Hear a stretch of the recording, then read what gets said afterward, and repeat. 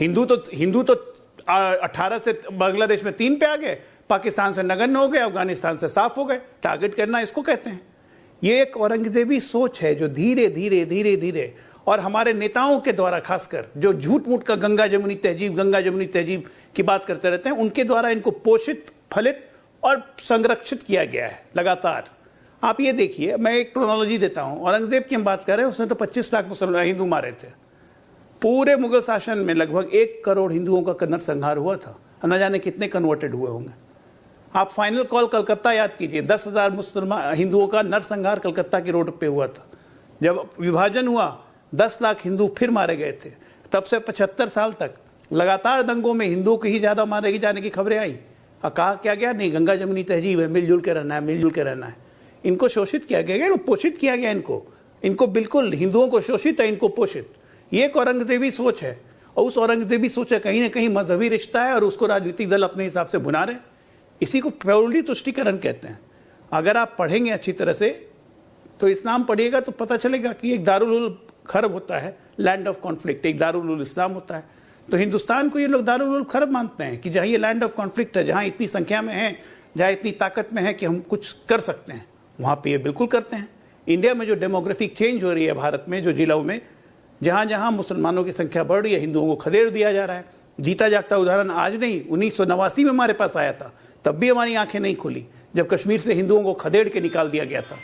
उसके बाद आज किशनगंज, आज कर्नाटक के कुछ हिस्से, आज पश्चिम बंगाल के कुछ हिस्से, हर बॉर्डरिंग एरिया पे, हिंदुस्तान के हर बॉर्डरिंग जिला पे और हर बॉर्डरिंग स्टेट पे ये लोग की कॉन्सेंट्रेशन बढ़ रही है। डेमोग्राफी चेंज करने का इरादा है, तो रह के ये औरंगजेब। और उसमें अब देखिए, इसमें राजनीतिक एंगल कहाँ से घुसता है, जब अबू आजमी जैसे आदमी घुसते हैं और वो कहते हैं कि बड़ा अच्छा शासक था, उसने बहुत अच्छा शासन किया, आलमगीर अल्लम सलामुद्दौला रसल औरंगजेब, पता नहीं क्या क्या। मतलब कोई मतलब है इसका? ये सोच है। इस सोच को खत्म करने की जिम्मेदारी इस देश की हिंदू और मुसलमान, सिख और ईसाई हर एक लोगों की है। ऐश्वर्या जी, दिक्कत क्या है कि अपनी अपनी राजनीतिक रोटी और व्यवस्था के कारण, और खासकर आज की तारीख में जब पूरे का पूरा राजनीति मैं कहूँगा एक भूकंपीय बदलाव आया है पिछले 10-12 साल से इस देश की राजनीति में। इस भूकंपीय बदलाव को जब सहन नहीं कर पा रहे हैं, तब तो खुलेआम ऑल इंडिया मुस्लिम लीग की इफ्तार पार्टी में सब कोई पहुंच जाते हैं, लेकिन राम मंदिर के प्राण प्रतिष्ठान में कोई नहीं पहुंच सकता है। कुंभ की सब कोई आलोचना कर देते हैं, लेकिन रमजान की कोई नहीं, कुछ नहीं बोलेगा। हज पे चुप चुप, कुछ नहीं, नथिंग डूइंग। ये सोच है औरंगजेबी सोच, जिसका मुकाबला हमको और आपको, और जो भी अपने आप को भारतवासी कहता है, चाहे वो हिंदू हो, मुसलमान हो, सिख हो, ईसाई हो, सबको इस सोच का मुकाबला करना है। ये भारत को बांटने वाली शक्तियां, ये पैटर्न है। 4 जून के बाद ये पैटर्न है, आप याद कीजिए। 4 जून के बाद लगातार ट्रेनों को डिरेल करने की कोशिश की गई, पटरियों पे बोल्डर रख के। किसका फायदा है इसमें? किसका फायदा है? चाहे वो अपोजिशन रूल स्टेट हो, चाहे बीजेपी रूल स्टेट हो, लगातार ये हरकतें की गई। भारत इंटरनेशनल आईसीसी ट्रॉफी जीतता है, मुंह में उस पे जुलूस पे, विजय जुलूस पे हमला किया था मस्जिदों से। क्यों? कोई इसका कारण नहीं मिलेगा आपको। नागपुर में ये हिंसा, औरंगजेब का पुतला जलाया जाता है, और हिंसा का सहारा क्या लिया जाता है कि कुरान की आयतें लिखी हुई थी, जबकि कुछ नहीं लिखा हुआ था चादर पे। तो ये धर्म का बहाना बना के और कुछ नहीं, ये समाज को विषाक्त करना चाहते हैं, और इस देश को बेसिकली किसी और रास्ते पे ढकेलने की तैयारी है, जिसका मुकाबला करना बहुत जरूरी है। यही औरंगजेबी सोच है। राशिद शरीफ जी, रत्नाकर त्रिपाठी जी, रिजवी साहब, सैयद जवाद जी, सबके पास आ रहा हूं। रत्नाकर जी आ रहा हूं, लेकिन SIMPLB के अध्यक्ष हैं, हैदराबाद से जुड़े हुए हैं राशिद शरीफ जी। राशिद जी बताइए ना, ये धर्म की आड़ लेके दंगा क्यों करना है? कोई भी धर्म, कोई भी मजहब आतंक की बात तो करता नहीं। मैं ये मानता हूं सब तो शांति की बात करते हैं, है ना? तो फिर हमेशा तिरंगा लेके सड़कों पे तो उतरते हैं सर। आजादी के आंदोलन में आप ही ने बताया था, सब कहते सब उतरे थे एक साथ, हिंदू मुस्लिम सिख ईसाई। तो भारत में कौन सा ऐसा शहर होगा, कौन सा ऐसा जिला होगा, कौन सा ऐसा कस्बा होगा जहां सड़क के किनारे मंदिर नहीं है, मस्जिद नहीं है, गिरजाघर नहीं है, गुरुद्वारा नहीं है? कुछ ना कुछ तो है सर, हर जगह है। तो महू में क्यों हुआ, वो मध्य प्रदेश में क्यों हुआ? तिरंगा लेके सिर्फ वो भारत की जीत के बाद चल रहे थे। वहां नागपुर में औरंगजेब के खिलाफ आंदोलन हुआ। अगर किसी को औरंगजेब के समर्थन में भी करना था, वो आक्रांता था लेकिन फिर भी करना था, तो कर लेता। भारत में उसकी भी छूट है, यही खासियत है दर्शकों हमारे भारत की, उसकी भी छूट है सर, वो भी कर सकते थे, लेकिन शांतिपूर्वक। ये आगजनी की जरूरत क्या थी? ये अफवाह फैलाने की जरूरत क्या थी? अफवाह फैला के स्वास्तिक वाली गाड़ियां तोड़ने की क्या जरूरत थी? ये अफवाह फैला के जिसमें सनातन धर्म के, हिंदू धर्म के भगवान की तस्वीर जो गाड़ी में जो लगती है वो लगी हुई थी, वो गाड़ी तोड़ने की, आप समझ रहे हैं? धर्म की आड़ में अल्टीमेटली आंदोलन नहीं, आगजनी करना है, आर्सन करना है। और ये जनता नहीं चाहती है, ये कुछ खास नेता चाहते हैं जो पपटियर की तरह जनता को अपने अपने हिसाब से चलाते हैं।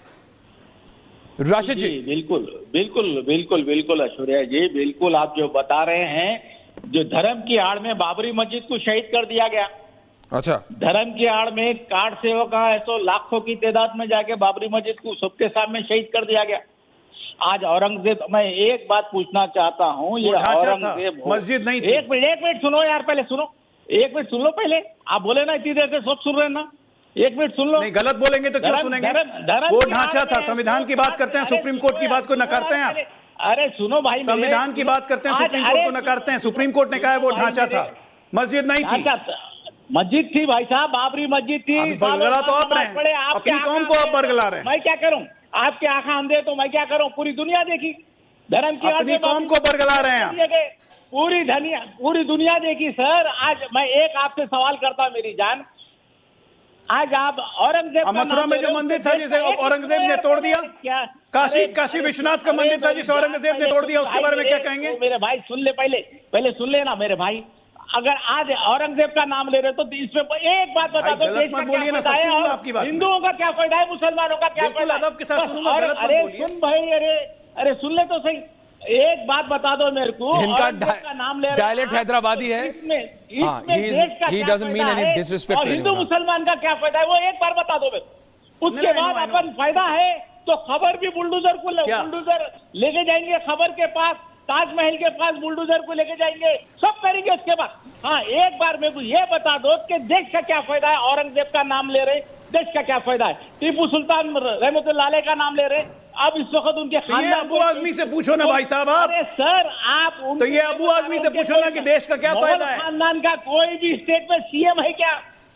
टीपू सुल्तान रहमतुल्लाह अलैह का कोई भी है तो आज ये ओवैसी से पूछो ना, ओवैसी से पूछो क्या फायदा है औरंगजेब का नाम लेके? हैदराबाद क्यों हुआ? कुछ नहीं है तो खाली वर्गलाने की कोशिश आप लोग कर रहे हैं। जब कुछ नहीं है हिंदुस्तान में, वो लोगों का वर्गलाने की सिर्फ उनके ये है कि जितने भी असासा है उनका, जितने भी उन्होंने बनाए सो प्रॉपर्टियां, उससे हिंदुस्तान लाभ उठा रहा, उससे हिंदुस्तान बता रहा कि हमारे हिंदुस्तान में ताजमहल है। अच्छा, ये आप बता दीजिए मुझे एक लाइन में, औरंगजेब आक्रांता था या नहीं, या साधु संत था, क्या था? चल रहा ना एपिसोड औरंगजेब का चल रहा, वो फ्लॉप एपिसोड है। औरंगजेब आक्रांता था या नहीं? शिवाजी की भी इज्जत। औरंगजेब आक्रांता, एक मिनट, औरंगजेब को मुसलमानों से मत जोड़िए।